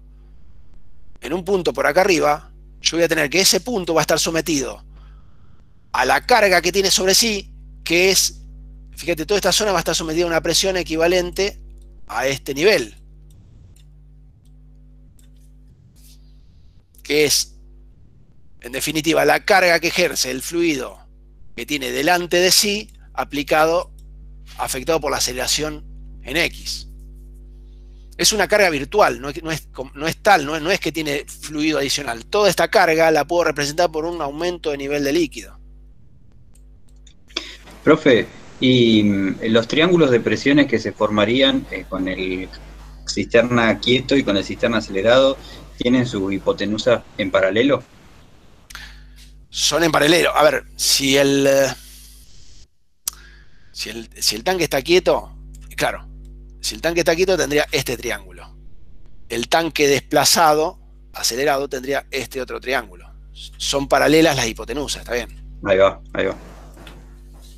¿Por qué? Porque, digamos, se le suma al efecto gravitatorio el efecto de la aceleración en X, que sería este. A cada punto. En la parte superior, en la parte cercana al techo, el único efecto que aparece es el efecto de la aceleración, que sería esta carga, la distancia. Y ahí tendrías que considerar el centro de presión más abajo, ¿puede ser? No, porque la superficie afectada es siempre la misma. Si yo estoy hablando de la tapa trasera, siempre estoy hablando de esta superficie. Pero viste que teníamos el caso arriba, que de vuelta lo vuelvo a nombrar, el de la viga, donde la carga no empezaba en cero, o la presión no empezaba en cero. Entonces la fuerza equivalente no está aplicada sobre el centro de gravedad, sino un poquito más adelante. El centro de gravedad siempre es el mismo. Esto sería el centro de gravedad. No entiendo que el centro de gravedad de la pieza es el mismo, porque es la misma tapa, pero donde vos aplicás la fuerza equivalente no es en el centro. No, el centro de presión te refieres vos. Claro, el centro de presión va a ser distinto, está bien, sí. El centro de presión, cuando vos tenés el cilindro, el tanque en estado estacionario, en este caso, va a estar seguramente más, bueno, creo que sería más abajo, y cuando aumentás la carga, habría que hacer el número, pero cambian de posición. Cuando está quieto... No va a ser lo mismo, profe, porque el tamaño de la tapa es siempre el mismo. O sea, esa altura es virtual, esa altura de fluido que está por encima de la tapa. Yo lo que planteo es... No, porque, mirá, perdóname. ¿Viste cuando vos lo que tenés es esta distancia. Lo que varía es esta distancia. Es el H, centro de gravedad, a la referencia. O H, centro de presión. Es siempre respecto de tu nivel nulo, el nivel 0. Ah, bien. Pensalo como que si el fluido se está chocando contra la tapa, o sea, pensalo al revés, que la tapa le está haciendo una fuerza al fluido, entonces te va a aumentar la presión en el centro de gravedad. Entonces ahí te cambia el centro de presión, algo así, ¿o no? Sí, tal cual así. O sea, a ustedes lo que les conviene siempre es buscar el nivel de presión nulo, o el nivel de presión de referencia, que sería la presión atmosférica. Entonces, cuando, en este caso, tienen un techo en el tanque, y tienen el nivel coincidente con el techo, lo que les conviene es agregar un nivel de líquido virtual que generaría la presión adicional que genera justamente esa aceleración. Que sería este adicional que estoy agregando por efecto de la aceleración. Pero en vez no de es real, la tapa, no hace como el tanque más alto. Tal cual. Es como que suben el tanque. Pero el efecto es sobre la tapa trasera. Sobre el resto de los elementos va a variar. Va a variar justamente con esta pendiente. Esta pendiente que estará vinculada el alfa, o tita, como le dice ahí, que es la aceleración sobre, en este caso, la gravedad. Eso es importante de... Sí. Ya que está con eso, bueno, el tipe lo calculás con eso. Y después serían los dos puntos, porque, a ver si me explico, el punto de la derecha y el punto de la izquierda, el punto máximo y el punto mínimo. ¿Qué lo haces por igualdad de área? Punto de la derecha, ¿cuál sería el punto de mínimo? No te entendí. La altura del triángulo, por decir, la altura de la izquierda y la izquierda. Lo haces por igualdad de área con... Claro. Sí, a ver, en definitiva, claro, porque vos lo que tenés, si tenés un tanque de una longitud L y tenés el ángulo, podés sacar cuál es, o sea, tenés el cateto adyacente, podés sacar el cateto opuesto haciendo una relación trigonométrica. O sea, suponete que yo le llamo H grande, ¿no? H grande sobre L, equivale a G o a A sobre, digo bien, ¿no? No, a G sobre A. No me acuerdo, hagan la relación trigonométrica, pero esto es una relación trigonométrica básica, digamos. Cateto opuesto sobre cateto adyacente equivale a las relaciones opuestos sobre el vértice. Bueno, disculpen, no me acuerdo cómo se llamaba eso. No, sí, está bien, pero era esa la pregunta. Pero pueden sacar cuál es la altura equivalente en función de la longitud del tanque en ese caso. De la longitud del líquido, la longitud horizontal, ¿no? No la altura de tanque, no la altura del líquido, sino la longitud de... Porque recuerden, esa aceleración en este caso va a afectar a toda todo el largo del líquido que esté sometido a esa aceleración.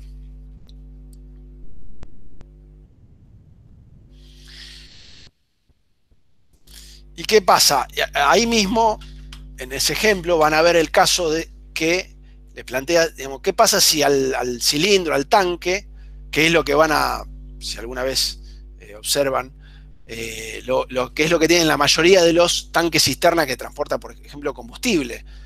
Generalmente los tanques cisterna están divididos en compartimentos estancos entre sí, o sea, no hay conexión, no hay vasos comunicantes entre los compartimentos. Entonces, lo que logran con esos es reducir esta altura. Ustedes van a tener pequeñas cargas. Siempre parten de un nivel donde, digamos, porque de este otro lado no tienen la pared, o sea, de este lado de esa subcisterna van a tener solamente la tapa frontal, o sea, el nivel de ese lado va a ser el equivalente a lo que tiene sobre sí. Y hacia atrás se va a elevar un nivel, un H, vinculado con la aceleración.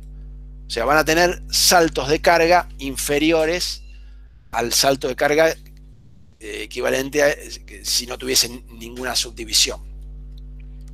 ¿Cuánto? Bueno, la cantidad de subdivisión, el salto total del que se produciría si no tienen subdivisiones, dividido la cantidad de subdivisiones. Y si ustedes eran los tanques de combustible, van a ver, sobre todo si lo miran de arriba, van a ver que en general tienen tapas de carga, varias tapas de carga en la parte superior, y a su vez suelen ser visibles las tapas, las bocas de descarga. En general los camiones que llevan combustible de YPF, de Shell, de esas marcas, son así. Profe, todo esto suponiendo que está lleno el tanque, pero si tenés la tapa y no está completamente lleno, claro. O sea, ahí se te complicaría porque L puede disminuir. No sé si me explico. O sea, imagínate, no sé si está bien lo que estoy pensando, pero si aumentás muchísimo la aceleración, ¿no tendrías un límite que se te haría vertical el perfil? Bueno, sí. Suponete que tener una aceleración muy grande, tendrías un perfil de esta característica, suponete. O sea, bestial, sí. Pero siempre va a llegar, no puede ser que corte antes, que no llegue hasta el final. A ver, si tenés un volumen, si tenés el nivel de líquido coincidente con la parte superior, o sea, el volumen totalmente lleno, eso no va a ocurrir.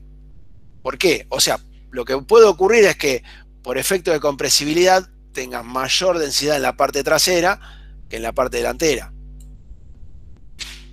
Claro, sí, está bien, si está lleno no. O sea, yo por eso decía, si tengo la tapa y no está lleno.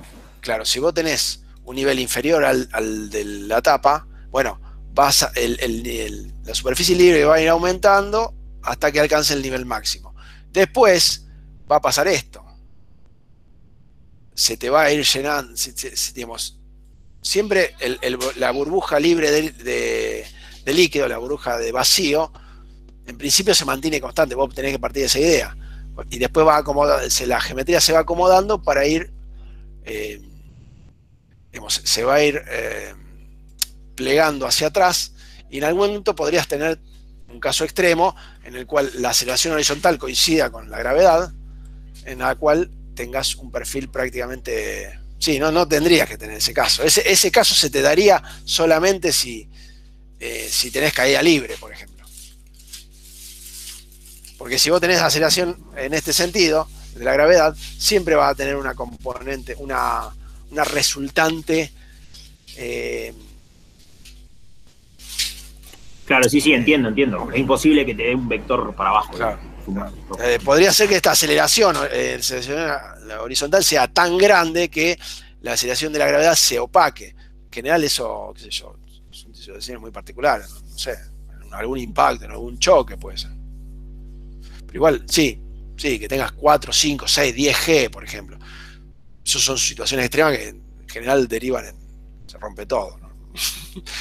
Pero bueno, puede pasar, sí. Sí, o sea, que esta aceleración sea tan grande que el perfil tiende a ponerse vertical. Es decir, la superficie libre de líquido se acerca más a una vertical que a una horizontal. Esa era tu pregunta. Sí, está bien. Sobre todo que te puede quedar, digamos, que L se hace más chico, que te puede quedar un espacio, digamos, sin líquido. Claro, tal cual.